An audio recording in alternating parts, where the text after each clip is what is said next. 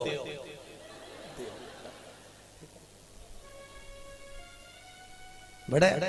उसके जैसा दुनिया में कोई दयालु नहीं होगा मेरे शिव जैसा। बहुत बहुत अच्छा, सबसे ज्यादा आनंद आता है ना हरतालिका तीज के दिन। तुम देख लो, भगवान भला करे ऐसो आनंद आए। इतनी बड़ी थाली में केला के पत्ते के ऊपर बालू रेत का शंकर जी बनाए और पूरे मोहल्ले की माताएं थाली भर भर के सामान लाए और ऐसी पल्लू ले लेके माताएं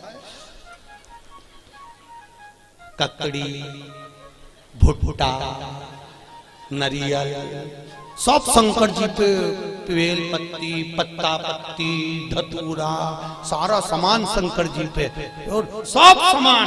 और शंकर जी ऐसा दबा दबाया बैठा।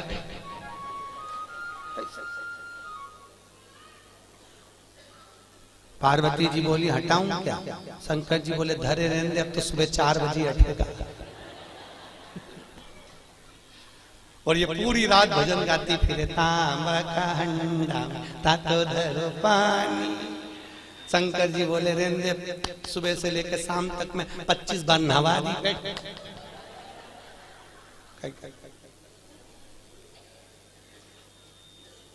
और बोलती जा नींद आए भोला नवा के देऊंगी।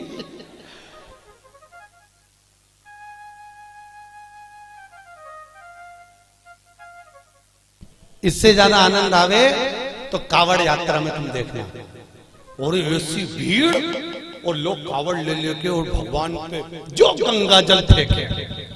जो यहाँ की कावड़ तो हमने नहीं देखी कि यहाँ पर पानी कैसे चढ़ाने देते हैं, पर काशी में तो ऐसी भीड़ आती है और गंगा जली ले लेके पानी भगवान शंकर पे फेंकते हैं। और कहीं कहीं का तो गंगा जली और पार्वती जी माँ पीछे कांच में बैठी और बैठी बैठी के भोलेनाथ जी क्या स्थिति है। शंकर भगवान बोले आन दो, अपन तो बैठे थे।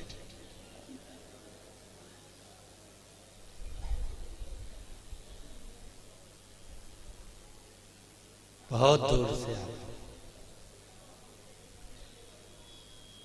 बहुत।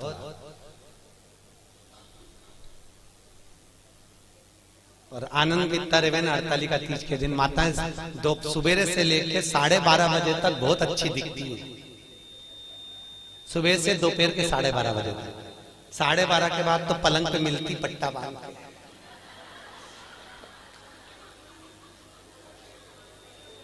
फिर 4 बजे उठती,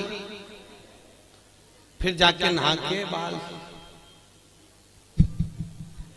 तो भी मुंह पे स्माइल बिल्कुल नहीं रहे बेचारी, ऐसी रहे जैसे मरी हत्या।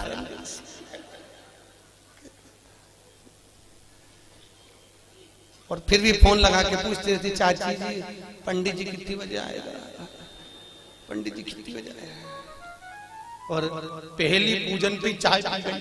पहली पूजन के बाद हमने पूछा, माता जी इसमें तो लिखा है कि दूध पिए तो बिल्ली बने, सोए तो अजगरी बने, बोले तो मेंढकी बने, तो तू तो चाय पी रही। किताब में चाय का नहीं लिखा। हमने भी डबल से पढ़ी हरतालिका तीज की किताब, तो हमने देखा वास्तव में हमें चाय का नहीं था। माता इतनी चतुर, जो चीज का नहीं लिखे वो निपटा जा रहा है। इसलिए किताब छापने वाले ने भी अच्छा करा, सब चीज लिख दी। सोए तो ऐसा, दूध पिए तो ऐसा। बेचारे को नहीं मालूम होगा कि चाय भी चलेगी, तो वो भी लिख देता।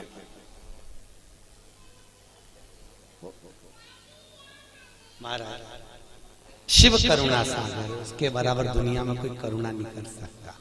राम जी की सेवा में तो ये भी चाहिए वो भी चाहिए, और कृष्ण की सेवा में भी ये चाहिए वो चाहिए, और शंकर की सेवा में तो पानी चढ़ाओ तो ठीक है, नहीं चढ़ाओ तो ठीक है, नहीं तो यहाँ तो शास्त्र कह रहा है मुझे कुछ भी प्रिय नहीं है। शिव कहते हैं मुझे केवल एक प्रिय है और वो सत्य प्रिय है, इसलिए सत्यम शिवम सुंदरम, मुझे सत्य प्रिय है। इसलिए जो मर जाता है उसको तोप के ले जाते हैं तो चिल्ला चिल्ला के जाते, राम नाम सत्य है।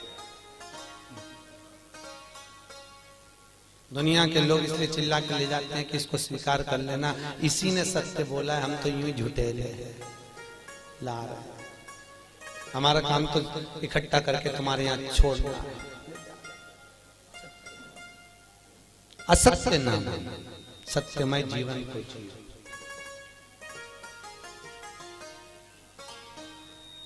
यहाँ पर इंदौर से माताएं कथा सुनने आ रही हैं। कल उनके मिस्टर से मैंने उनके बेटे से बात करी थी। आप क्या पेशा है, आपका सर्विस क्या है आपकी? कई इंदौर कोर्ट में हम वकील हैं। ठीक है, तो पर गुरुजी 4 महीने से कथा, हमने कोर्ट की नौकरी छोड़ दी, हमने वकालत छोड़ दी। हमने पूछा क्यों? शिव महापुराण की कथा में आप बोलते हो कि सत्यमय जीवन जियो और वकील बन जाते हैं, तो इतना झूठ बोलना पड़ता है, इतना झूठ बोलना पड़ता है, परिवार चलाना पड़ता है। आज भी वो माताएं आई हैं, आज भी वो भैया आया होगा कि नहीं आया होगा? आया कहीं? आए? आज भी वो कथा में आए, कहे गुरुजी मैं दूसरी नौकरी कर लूंगा पर झूठ बोलने की नौकरी नहीं चाहिए मुझे, क्योंकि मुझे जाना उसके पास में है, तो मुंह भी उसको दिखाना पड़ेगा। और अगर मेरी जिंदगी, और आपसे भी निवेदन है, तुम झूठ बोल रहे हो अपने परिवार को पालने के लिए चलेगा, पर थोड़ा सा सत्यमय जीवन जी लो। हफ्ते भर में एक दिन ऐसा बनाना जिंदगी में कि आज मैं दिन भर झूठ नहीं बोलूंगा, चाहे मोबाइल हो चाहे परिवार हो, बिगड़े काम बिगड़ जाए पर झूठ नहीं बोलूंगा। अपने जीवन को आज मैं सत्यमय जीऊंगा। केवल सत्यनारायण की कथा कराने से, शंकर पे पानी चढ़ाने से शंकर नहीं मिलेगा भाई। थोड़ा जीवन को सत्य में जीना पड़ेगा। बहुत जीवन को तुमसे नहीं बनता, स्पष्ट कह दो मेरे से ये काम नहीं बनता, बनता तो करो सत्यमय जीवन जियो, झूठ नहीं, झूठ नहीं। मेरे को आता ही नहीं, जो आता वो आया, सामने आया, जो चीज है वो सामने।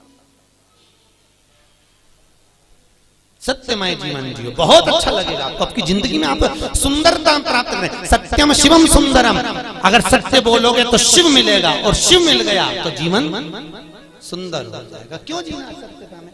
क्यों जीना सत्य? असत्य के चक्कर में एक गांव के पंडित जी मर गए, बहुत विद्वान कथाकार, बड़े विद्वान प्रखर, और मर गए तो नरक में चले गए। अब गांव के 2-4 लोग और मर के नरक में गए, तो नरक में गए तो पंडित जी मिल गए। तो गांव के लोगों ने कहा पंडित जी तुम तो हमारे गांव के इतने विद्वान पंडित जी थे, तुम तो खूब पूजन पाठ करते थे, फिर नरक कैसे चले गए? पंडित जी बोले ये मैं खुद नरक नहीं आया, पत्नी के चक्कर में आया। तो पत्नी ने कहा नरक भेज दिया तुमको? वो रोज तैयार होके आके मुझसे पूछती थी मैं कैसी लग रही। तो मुझे रोज कहना पड़ता था तू बहुत जोरदार लग रही, भले वो बेकार दिखे पर कहना तो अच्छा। तो ये झूठ बोलने के चक्कर में, तो माताओं से निवेदन है, आधे से ज्यादा पति तो तुम्हारे चक्कर में नरक जा रहे। जी जियो, तुम लोग पूछो ही मत करा करो कि मैं कैसी लग रही। और कहीं का पड़ गया एक आध माथा, तो एक वो कहे ना, एक कहावत है ना, एक पति तैयार हो रहा था और पत्नी सज धज के, वो पति ऑफिस जा रहा जूता पहन के, और ये वहां आके खड़ी होगी, ए जी मैं कैसी लग रही, मैं कैसी लग रही? पति जूता बांध के जा रहा था ऑफिस, बेचारा बैग उठा के, फिर पूछा बोलो तो सही में कैसी लग रही? पति बोला ऐसी लग रही जैसे हरी घास में भैंस चल रही।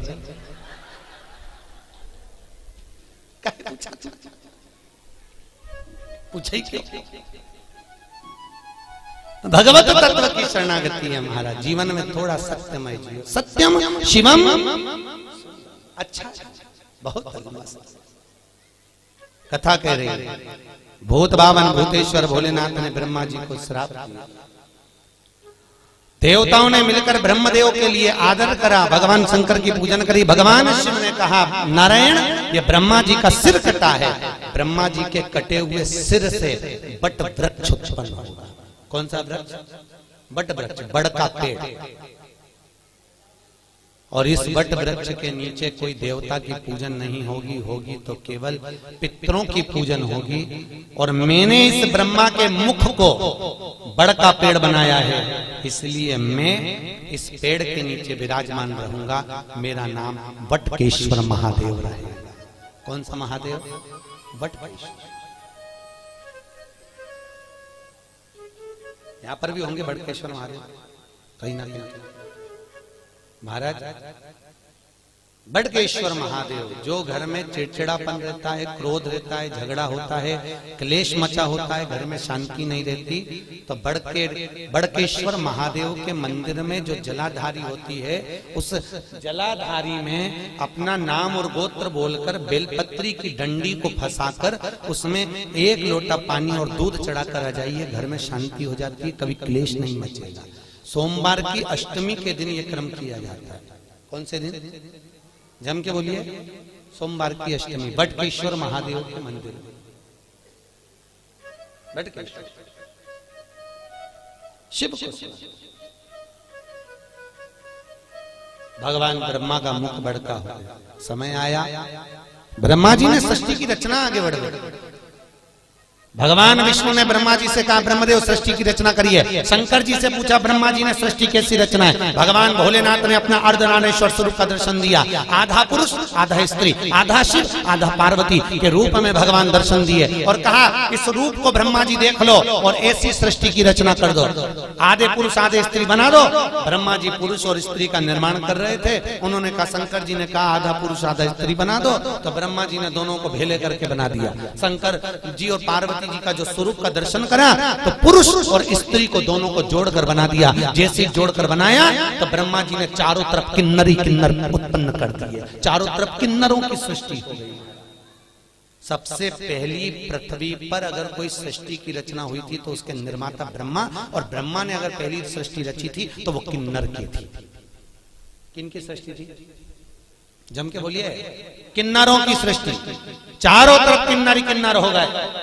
जब किन्नरी किन्नर चारों तरफ हो गए, इतने में वहीं से भगवान शंकर और भगवान विष्णु निकल कर आ रहे थे। भगवान विष्णु ने कहा, चलो प्रभु सृष्टि की रचना हो गई होगी, देख लेते हैं। भगवान नारायण ब्रह्म शंकर जी के साथ जैसे नीचे आए, आकर देखा तो किन्नरी किन्नर नजर आए। जैसे किन्नरों को देखा, इतने में भगवान विष्णु ठहाका लगाकर हंस दिए। भगवान शंकर को बुरा लग गया। शंकर जी ने कहा, नारायण तुम क्यों हंस रहे हो? अरे प्रभु, ब्रह्मा जी से कहा था सृष्टि की रचना करो, आधे पुरुष आधे स्त्री बनाना, उन्होंने जोड़कर बना दिया, दोनों को पुरुष स्त्री किन्नर बन गए।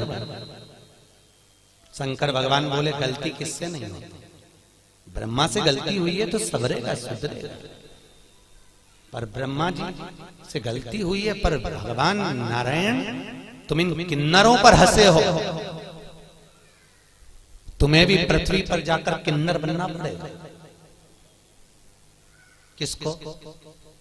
जम के बोलिए। भगवान नारायण, तुम्हें पृथ्वी पर जाकर किन्नर बनना पड़ेगा। भगवान विष्णु ने क्षमा मांगी, प्रभु क्षमा कर दी। नहीं, शंकर जी बोले आप हंसे हो इन किन्नरों पर, तो तुमको किन्नर तो बनना पड़ेगा। और याद करो वो चरित्र, जब भगवान विष्णु किन्नर बने थे। कथा सुनी होगी आपने महाभारत की, कि द्रौपदी को जब लेकर आए अर्जुन, और अर्जुन जब द्रौपदी को लेकर आए तो माता कुंती ने भोजन बनाते बनाते कह दिया 5 बांट लो।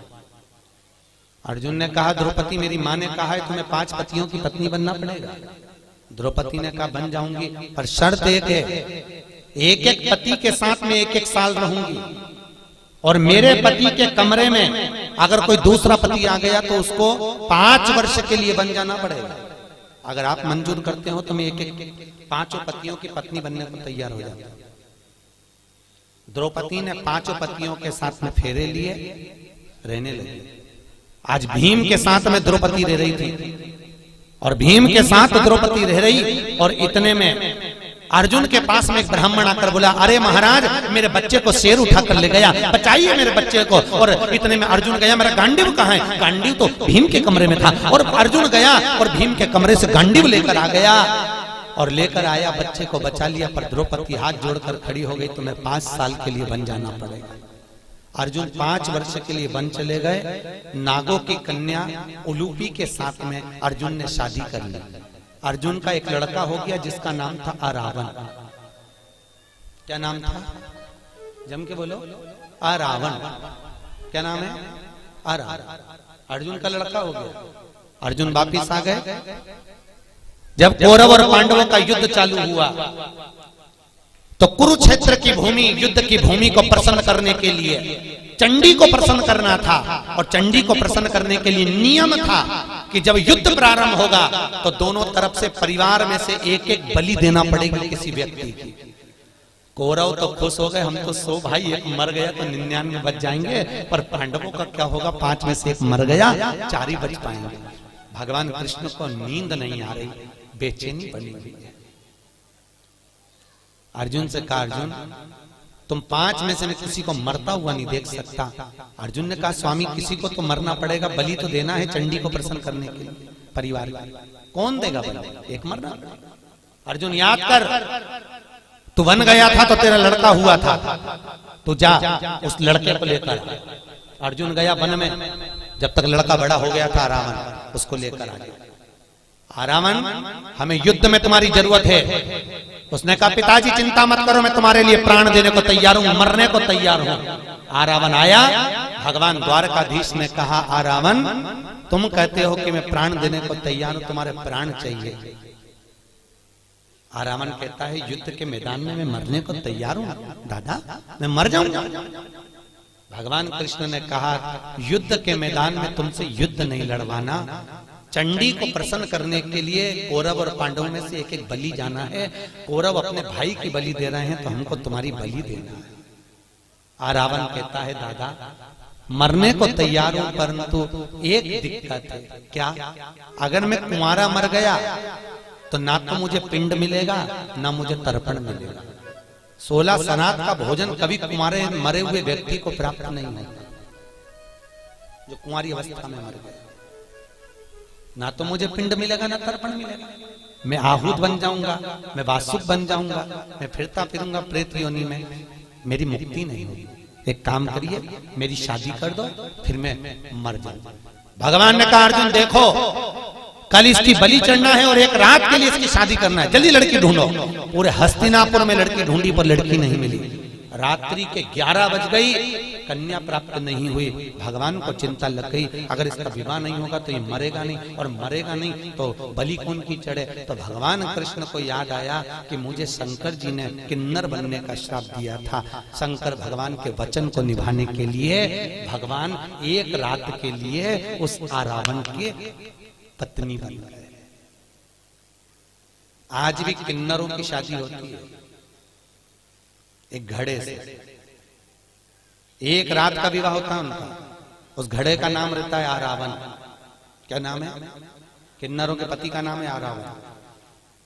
उस घड़े से विवाह होता है, फिर घड़े से ही वो मांग भरते हैं, घड़े से ही मंगल सूत्र पहनते हैं। इसलिए हमारे यहाँ किन्नर मांग भी भरते हैं, मंगल सूत्र भी पहनते हैं, हाथ में चूड़ी पहनते हैं, पाँव में बिछूड़ी पहनते हैं। तो कई लोगों के मन में आता है इनका पति कौन है? इनका पति रावण। एक रात्रि का विवाह किया जाता है इनका, एक रात। और उस रावण का विवाह भगवान द्वारकाधीश के साथ में हुआ। किन्नर भगवान को बनना पड़ा, प्राण छूटे उस रावण के। भगवान फूट फूट कर रोए। भगवान ने ये लीला शिव जी के वचन को निभाने के लिए। किन्नर शास्त्र कहता किसी पर मत हंसो जिंदगी में कभी भी। ना जाने कौन सी घड़ी, किस पल, किस जगह, किस स्थान पर हम हंस दिए और वो बुरा बुरा हो गया।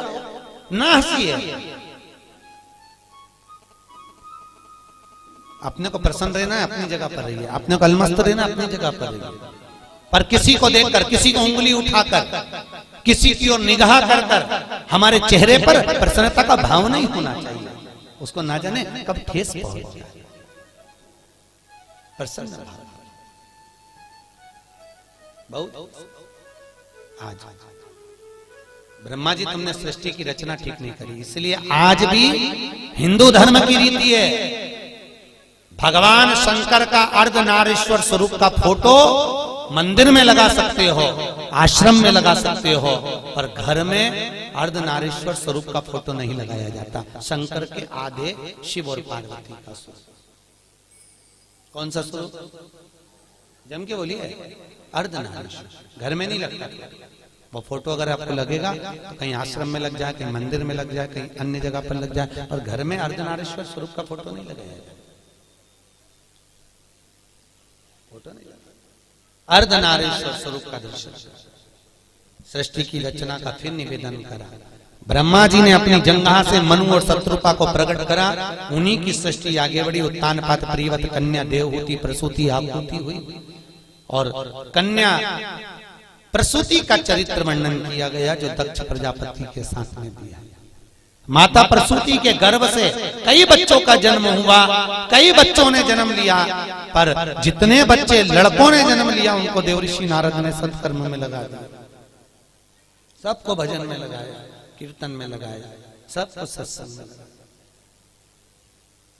60 कन्याओं का जन्म हो गया। कन्याओं के जन्म के बाद भी देखो, माता प्रसूति के गर्भ से जितने बच्चों ने जन्म लिया वो सब संस्कारित हुए, सब संस्कार। और फिर निवेदन है, जिस गांव में पानी की कमी होती है वहां की फसल बिगड़ जाती है, और जिस घर में संस्कारों की कमी होती है वहां की नस्ल बिगड़ जाती है। इसलिए नस्ल को सुधारने के लिए संस्कारों का होना जरूरी है। क्या दीजिए बच्चों को? अरे बोलो तो, संस्कार श्रेष्ठ। क्यों कहते हैं कि बच्चों को गीता पढ़ाओ? कहीं के लिए कहते हैं? किस लिए कहते हैं? गीता पढ़ाने पर प्रेशर क्यों दिया जाता है? पढ़ाओ बच्चों को गीता। क्यों? आज घर के बच्चे अगर गीता पढ़ लेंगे तो कल ये बच्चे बड़े होकर कोर्ट में गीता पर हाथ नहीं रखेंगे। अगर आज इन्होंने पढ़ ली है तो कल इनको अदालत पर गीता में हाथ नहीं रखना पड़ेगा। इनको पढ़ाई, इनको संस्कार दीजिए। बच्चों को कार मत दो, क्योंकि बच्चों को कार दोगे तो वो बेच कर खा जाएंगे।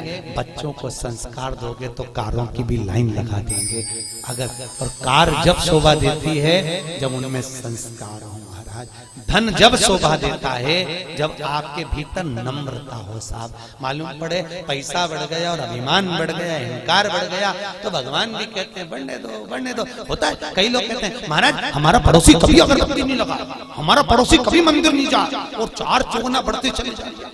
भगवान उसको खूब दे दिया, और हम तो रोज मंदिर जाएं, रोज अगरबत्ती लगाएं, रोज दिया बत्ती करें, रोज भगवान के मंदिर में पहुंचे, तो भी हमको दुख मिल रहा, हमें तकलीफ।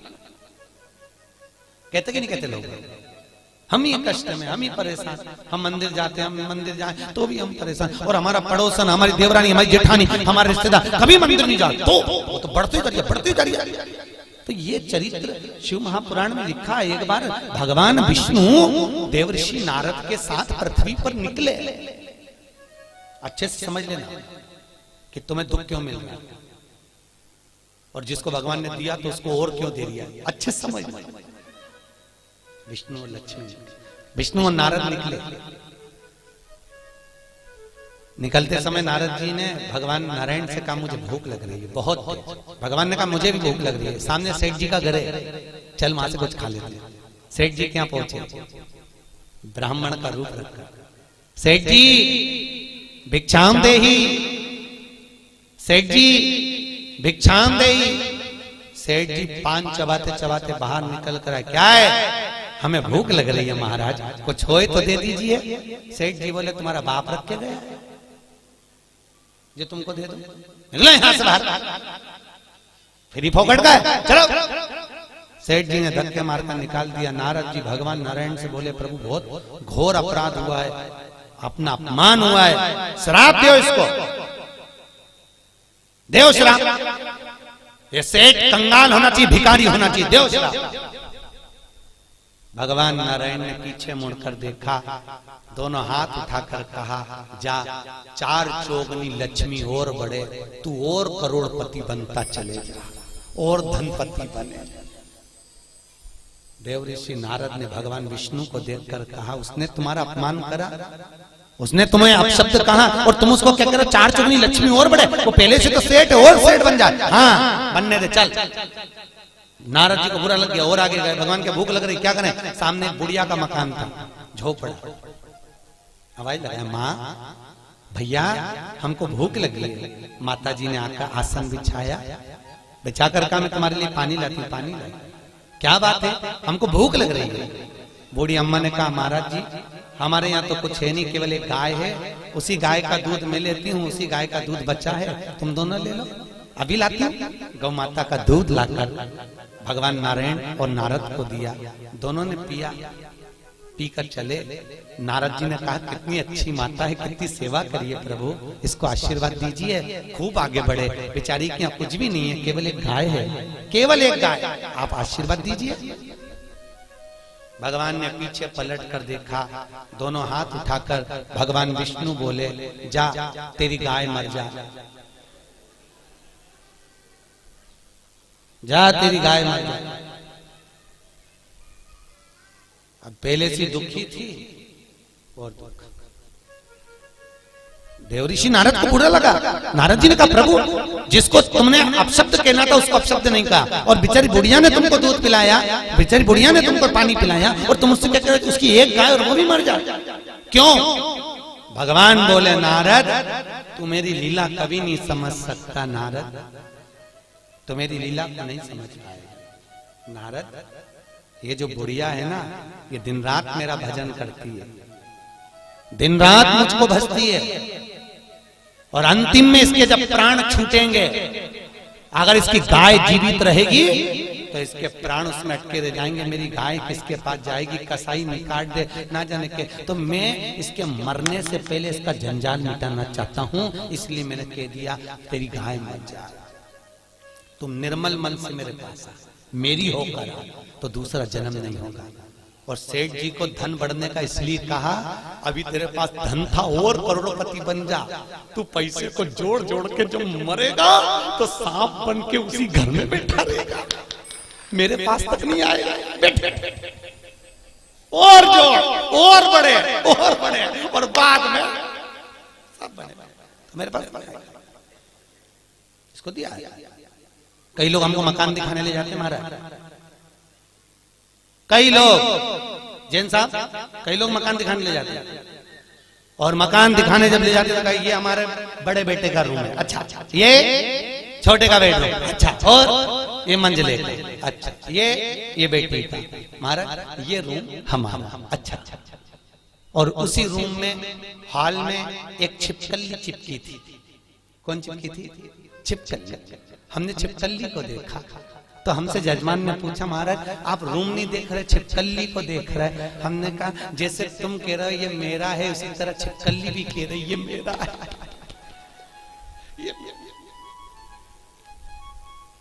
ना जाने कौन तुम्हारे परिवार का, तुम्हारे कुल का मेरा कहते कहते मर गया तो छिपकली बन गया, अभी भी नहीं छूट रहा, इसलिए मैं चिपकी हुई है। उसको 25 बार भगा फिर आ जाता, मेरा घर मेरा घर। अब बताओ आप में से कौन कौन छिपकली बनना चाहता है?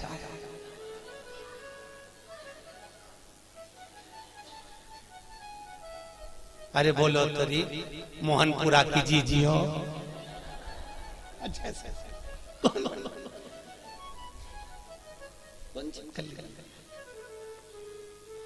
कभी मत कहो कि मेरा है। क्या लाए थे क्या? ले जाओगे मुट्ठी बांधे आए हाथ पसारे, जाओगे सब धरा रह जाएगा, एक से बढ़कर एक साड़ियां फालतू को लगी की लगाई।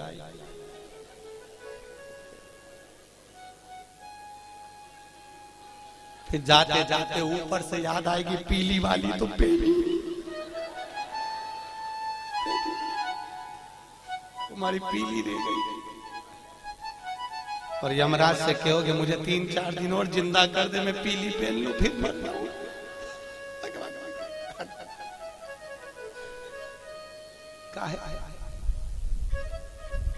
धरी